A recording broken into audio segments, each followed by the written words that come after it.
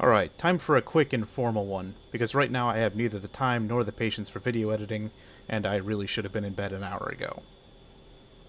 Ornithopter in the most recent version of Flyout, and a monowing design at that. As I'm sure many of you noticed, the last update to Flyout had a fairly innocuous change. Drag was increased on stalled wings. I'm actually a big fan of that change. It made many of my more conventional aircraft behave closer to how I would expect, and my favorite detail, it made the Vraken, my last Ornithopter, also behave much closer to how I would expect. If you remember my last video, I mentioned that the leading edge devices seem to work backwards. Well, since the update, boom, now they work exactly the way I expect, so maybe I'm not crazy after all. The downside is, my high-frequency Dragonfly designs kind of relied on the behavior of leading edges and stalled wings that we enjoyed before. The Vraken may yet be salvageable, but it'll be an uphill battle. Worst case, I'll develop it into an add-on for FS 2024 or something, as I do love the design. But for now, what I wanted to do was instead try for a bird-like approach. I've wanted to build something like that for a long time, and now that the stalled wing meta, if you will, has been disrupted, it seemed like the time to try something with a slower, more efficient stroke that could be unstalled all the time. So I'm going to take off here, and as I do, pay attention to the stall percentages and lift-drag ratios we get on the wing telemetry. So, starting from 0, we have no relative wind, and our wings are naturally stalled. So, to start, we'll increase the amplitude all the way, and we'll beat the air into submission up to about 25 knots. But quickly you see the wing roots start to unstall, and this represents a terrific advantage and a little bit of a problem. You can see the suspension begin to bounce, and that's happening because the wings are constantly stalling and uninstalling during this portion of their stroke. And every now and then you can see one wheel drop much lower than the other. This is from, like that. That is from an asymmetric stall. And to deal with that problem, we lower the amplitude. If I'm flying perfectly, you can actually avoid it entirely, but this was a less than perfect takeoff. Once we're through that period, though, we can increase the power again. And at about 70 knots, the root wing becomes completely unstalled and we can rotate. Once we're off the ground, the wing tips also unstall. So we've got positive rate gear up, and I will pull out the little bit of leading edge flap I have in to ease the takeoff roll. Alright, now that I'm off the ground, I'm going to fly a lazy pattern and go over some of the reasons for the design and a bit about the design itself. Like I said, I've been wanting to build a monowing. I've been pursuing the Dune ideal, and that problem is very interesting to try and solve. But it's not actually what interests me most about ornithopters, especially in Flyout. It's no secret that I like my machines needlessly, senselessly exotic, but when it comes to that sort of thing, I'm more interested in feeling out the boundaries of reality than I am in building outright science fantasy. That's one of the reasons I rather like the change we got. Based on my understanding of aerodynamics, it's probably a problem that the Vraken should have, that its wings remain stalled for too long and it can't really develop thrust during that transitional period. I'm not sure that it's complete nonsense with the right material science and fly-by-wire, but it's definitely an out-there design. And with the control that we have available to us in Flyout, I really would not expect it to work.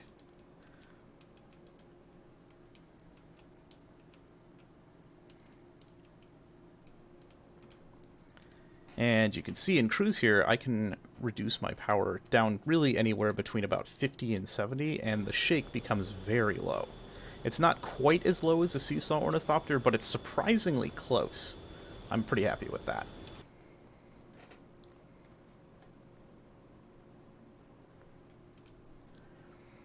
Anyway, what interests me about bird-like ornithopters is they seem a lot more approachable to me as a real device. I think they're much more fertile ground when it comes to ornithopters on Earth with human technology in real life. While ornithopters, especially of the dragonfly variety, do offer incredibly versatile maneuverability and V-stall options, and I think they're cool as hell, in reality you can always just build a helicopter. Maybe a tilt rotor if you must. The species that builds these ornithopters canonically, the one I mentioned in my last video, have a deep, almost spiritual passion for invention. The fact that this is an interesting problem to solve and a beautiful solution to that problem is as much the point for them as the specifications of the production aircraft. Now, we're a romantic species too, but when it comes time for the rubber to meet the road and the cash to leave the wallet, we usually aren't quite that romantic. So what about us? Well, ornithopters do have a real advantage. It just isn't nearly as flashy as House Atreides would lead us to believe. I've mentioned this here and there with the Vraken, but as you can see, I can lower the amplitude very low without really losing much in the way of energy. I can maintain my airspeed and altitude down to a fraction of the throttle that I probably could with a conventional aircraft. And this is due to the relatively significant propulsive efficiency of the Ornithopter design. There's probably far more to this than I understand or could explain if I did understand, but the superficial thing is that ornithopters don't require any sort of outboard propulsion. There's no prop drag here, there's no nacelle drag here, the only drag is coming from the wings, and we needed those anyway.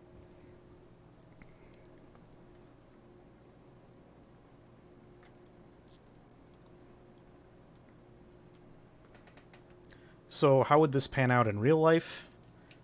Hold on, I'll make a sort of a long base turn here. How would it pan out in real life? I don't really know. It would depend on how efficiently we could move the wings to begin with. The efficiency of the wings won't matter much if we can't build an efficient engine to move them, and how doable that kind of thing is totally out of my wheelhouse. That said, if we could make it work, I think ornithopters have a great deal of potential in applications like motorized gliders. The Schmidt example gives me some hope that it really could work that way, but who knows. Oh, we got a little bit of stalling there. This is a tiny bit sensitive. There we go. A little bit of trim will save us the tip stalling. Gonna need a little bit of power to bring it the rest of the way in because I did a nice long downwind while I was reading that script. And you can see a little bit of the rough stalling behavior that I described on takeoff. Here, I'll actually I'll punch the elevator a little bit to show it off. Because the wings are flapping, they stall intermittently as they start to stall. And that usually manifests as shake, but if you're on the edge of a stall like that, it can actually be quite unfriendly. I have done a fair bit to mitigate this, which is why it's flyable at all. A lot of that was luck, some of it was by design. This leading edge shape seems to be important for reasons that aren't entirely clear to me. Higgy, a friend of mine, suggested that I try it. He had a monowing ornithopter flying ahead of me. But anyway, if you are attempting one, I suggest it. The other major difference, aside from balance and I have mass pushed forward and back just to increase the moment of inertia, are these little leading edge flaps. And one of the nice things about the last update when it comes to ornithopters is it increased the amount of camber change that is affected by leading edge devices. And camber is a good way to delay stalls. So by deploying these leading edge devices, which now behave more as leading edge devices and less as canards, I am afforded a bit more angle of attack range for these wings, which is very important at preventing the stalls. So by running takeoffs and landings or any sort of low-power flight with the leading edge flaps dropped 25 or 50%, which is 5 or 10 degrees, they max out at 20, I am able to both reduce shake considerably at low airspeed regimes and also prevent those very dangerous tip stalls, as I demonstrated earlier. Now this thing is a little bit ground effect happy, but that is good enough to put us back on the runway.